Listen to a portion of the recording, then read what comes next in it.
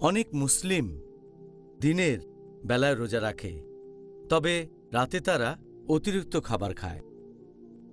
এটা করে রমজান মাসে। অনেকেই রমজান মাসে রাতের বেলায় অতিরিক্ত খাবার খায়।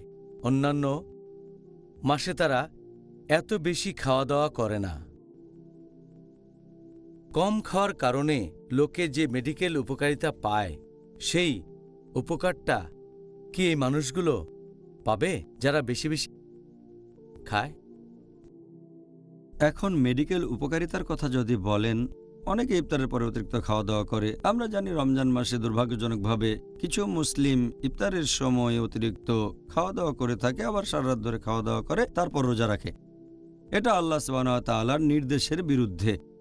আল্লাহ বলেছেন সূরা আরাফ অধ্যায় নম্বর ৭ আয়াত নম্বর ৩১, আহার এবং পান করবে, কিন্তু অপচয় করবে না। আল্লাহ সুবহানাহু ওয়া তাআলা অপচয়কারীদের পছন্দ করেন না। রোজার সময় লোকজন খাবার কেনে, তারপর ইফতার পার্টি দেয়, সেখানে অনেক ধরনের খাবার থাকে, অনেক খাবার নষ্ট হয়। এভাবে তারা অনেক টাকা অপচয় করে, যেটাতে হয়তো গরিব মানুষের উপকার হতো। অবশ্যই ইসলাম ধর্ম এমন কথা বলে না। আর আমি আগেও বলেছি, আমাদের নবী মুহাম্মদ সাল্লাল্লাহু আলাইহি ওয়াসাল্লামের এই হাদিসটার উল্লেখ করা হয়েছে ইবনে মাজাহ খণ্ড নম্বর ৪ হাদিস নম্বর ৩৩৪৯, যে আদম সন্তান তার পাকস্থলীতে যত খারাপ জিনিস রাখতে পারে ততটা অন্য কোথাও রাখতে পারে না। একজন মানুষ সামান্য খাবার খেয়ে কর্মক্ষম থাকতে পারে। পাকস্থলীতে কি থাকবে সেটাকে ৩ ভাগে ভাগ করা যায়। ১/৩ খাবার, ১/৩ পানি, ১/৩ নিঃশ্বাসের জন্য সেখানে থাকবে বাতাস। এর উপর নির্ভর করে বলা যায় অতিরিক্ত খাবার নবীর সুন্নতের বিরুদ্ধে, আল্লাহ সুবহানাহু ওয়া তাআলার নির্দেশের বিরুদ্ধে। আর এই লোক রোজার উপকারিতাগুলো পাবে না।